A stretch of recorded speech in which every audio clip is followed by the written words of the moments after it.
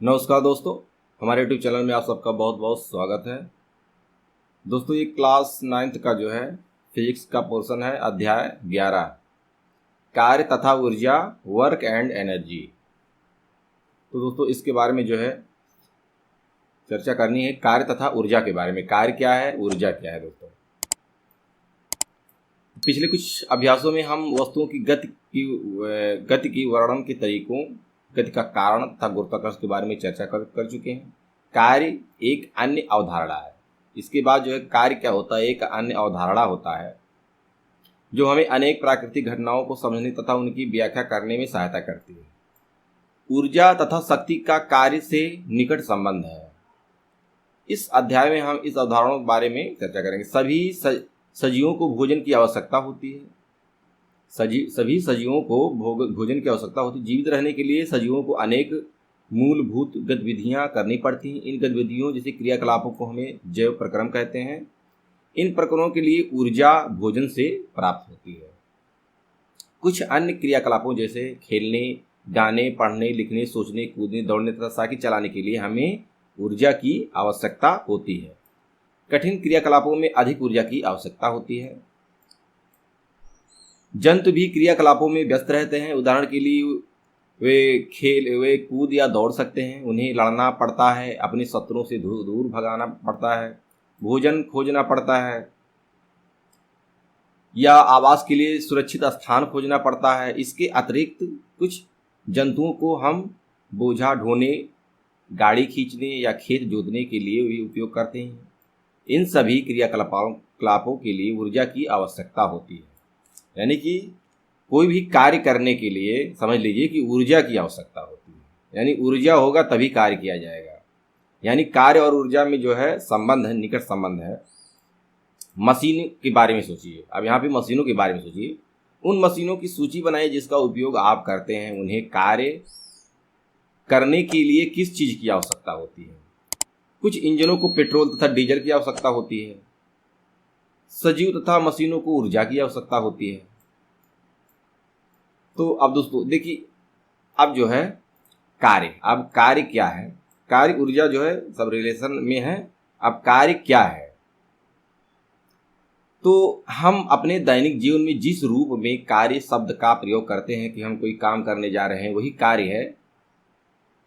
और जिस रूप में हम इसे विज्ञान में उपयोग करते हैं, उनमें अंतर है। इस बात को स्पष्ट करने के लिए आइए कुछ उदाहरण पर विचार किया जाए। कठोर काम करने के बावजूद कुछ अधिक कार्य नहीं, यानी कठोर काम करने के बावजूद कुछ अधिक कार्य नहीं।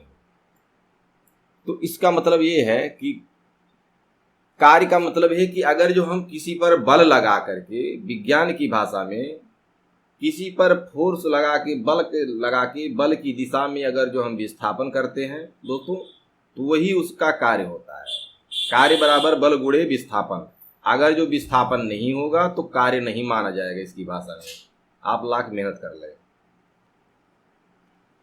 कमली परीक्षा की तैयारी कर रही है। वह अध्ययन में बहुत सा समय व्यतीत करती है। वह पुस्तकें पढ़ती है, चित्र बनाती है, अपने विचारों को सुव्यवस्थित करती है, प्रश्न पत्रों को एकत्रित करती है, कक्षाओं में उपस्थित रहती है, अपने मित्रों के साथ समस्याओं पर विचार विमर्श करती है तथा प्रयोग करती है। इन क्रियाकलापों पर वह बहुत सी ऊर्जा व्यय करती है। सामान्य बोलचाल में वह कठोर काम कर रही है। यदि हम कार्य को वैज्ञानिक परिभाषा के अनुसार देखें तो इस कठोर काम में बहुत थोड़ा कार्य सम्मिलित है। आप एक बहुत बड़ी चट्टान को धकेलने के लिए कठोर परिश्रम कर रहे हैं। मान लीजिए आपके सारे प्रयत्नों के बावजूद चट्टान नहीं हिलती है। आप पूर्णतया थक चुके हैं।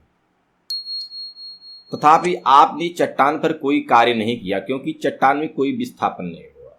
यानी कि चट्टान में कोई विस्थापन नहीं हुआ, इसलिए साइंस की भाषा में आपने कोई कार्य नहीं किया।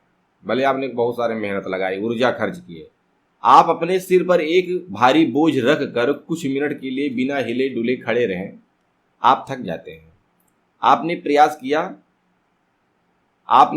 किया तथा अपनी बहुत सी ऊर्जा व्यय की। क्या आप बोझे पर कुछ कार्य कर रहे हैं। हम विज्ञान में जिस प्रकार कार्य शब्द का अर्थ समझते हैं, उस रूप में इस स्थिति में कार्य नहीं किया गया, इसकी स्थिति में कार्य नहीं किया गया। प्राकृतिक दृश्यों को देखने के लिए आप सीढ़ियों पर चढ़कर इमारत की ऊंची मंजिलों पर पहुंच जाते हैं। आप एक ऊंचे पेड़ पर भी चढ़ सकते हैं। वैज्ञानिक परिभाषा के अनुसार इन क्रियाकलापों में बहुत सा कार्य निहित है, यानी कि ऐसा जो है अगर आप चल रहे हैं, विस्थापन कर रहे हैं तो भी कार्य होगा। अपने दैनिक जीवन में हम किसी भी लाभदायक शारीरिक या मानसिक परिश्रम को कार्य समझते हैं। कुछ क्रियाकलापें जैसे मैदान में खेलना, मित्रों से बातचीत करना, किसी धुन को गुनगुनाना, किसी चलचित्र को देखना, किसी समारोह में सम्मिलित होना को कभी कभी कार्य नहीं समझा जाता है। कार्य क्या होता है इस बात पर निर्भर है कि हम उसे कैसे परिभाषित कर सकते हैं, प्रयोग तथा प्रभावित करते हैं। इसे जानने के लिए कुछ क्रियाकलाप जो है ये हैं। जैसे उपरोक्त अनुच्छेदों से हमें अनेक क्रियाकलापों की चर्चा की जाए। प्रायः हम अपने दैनिक जीवन में कार्य करते हैं। जैसे किसी वस्तु पर कार्य किया गया, किसी वस्तु पर कार्य किया गया, वस्तु पर क्या घटित हो रहा है, कार्य कौन क्या कर रहा है।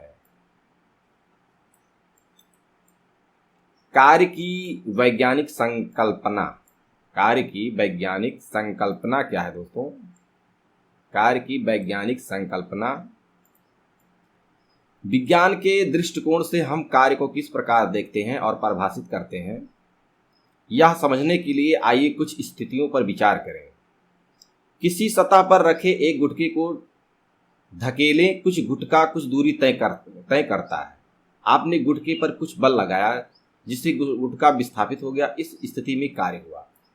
तो दोस्तों गुटका है, अगर जो उस पर हम बल लगा करके उसके बल की दिशा में अगर जो हम कुछ विस्थापन कर देते हैं तो दोस्तों तभी कार्य माना जाएगा इसकी दिशा में। अगर जो हम विस्थापन नहीं कर पाते हैं तो कार्य नहीं माना जाएगा।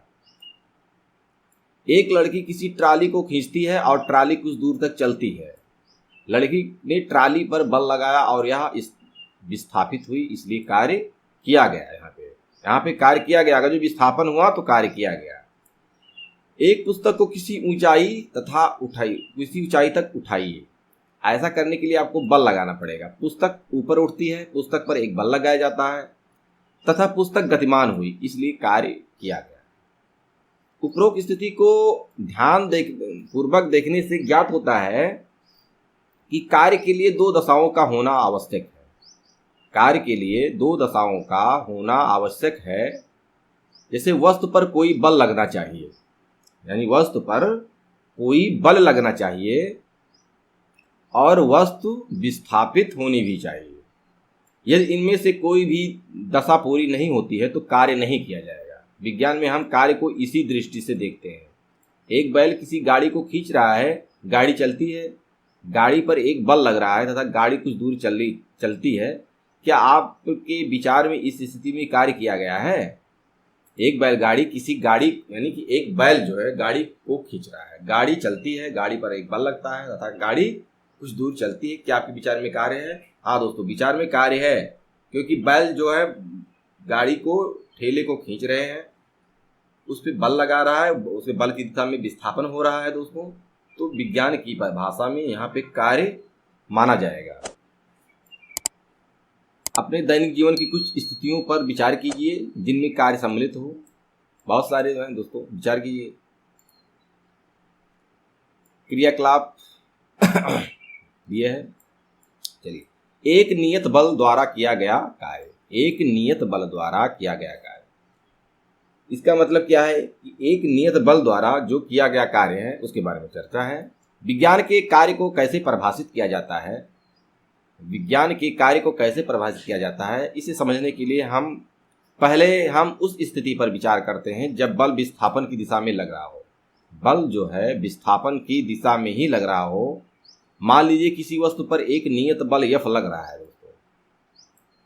एक बल जो है F लग रहा है। F बल, आप बल पढ़ चुके हैं, बल फोर्स कार्य करता है। मान लीजिए वस्तु बल की दिशा में S दूरी चलता है। S दूरी चलता है दोस्तों, यानी बल लग रहा है दोस्तों। बल ऐसे इस प्रकार से बल लग रहा है। चलिए, इस दिशा में बल लग रहा है दोस्तों। यहाँ से हम बल लग रहे हैं और बल की दिशा में दोस्तों विस्थापन हो रहा है, यानी कि बल की दिशा में विस्थापन हो रहा है। यस दूरी जो है विस्थापन हम मान सकते हैं।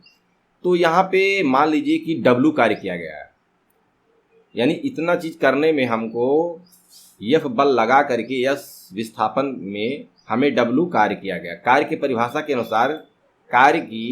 के अनुसार क्या होता है, कार्य बराबर होता है कि बल गुणे विस्थापन, या बल की दिशा में विस्थापन अनुसार किया गया बल विस्थापन गुणनफल के बराबर होता है।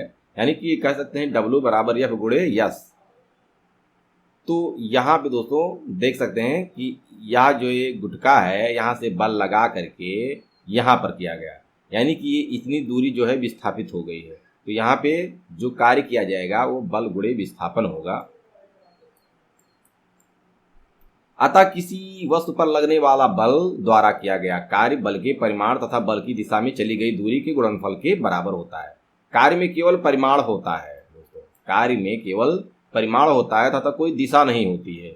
इस कार्य का कोई दिशा नहीं होता है और इसका जो है न्यूटन मीटर होता है। ध्यान रखिएगा, बल का मात्रक क्या होता है, न्यूटन होता है, और विस्थापन का मात्रक जो है मीटर होता है। उसके बाद जो है इनको मिला देंगे तो न्यूटन मीटर आ जाएगा।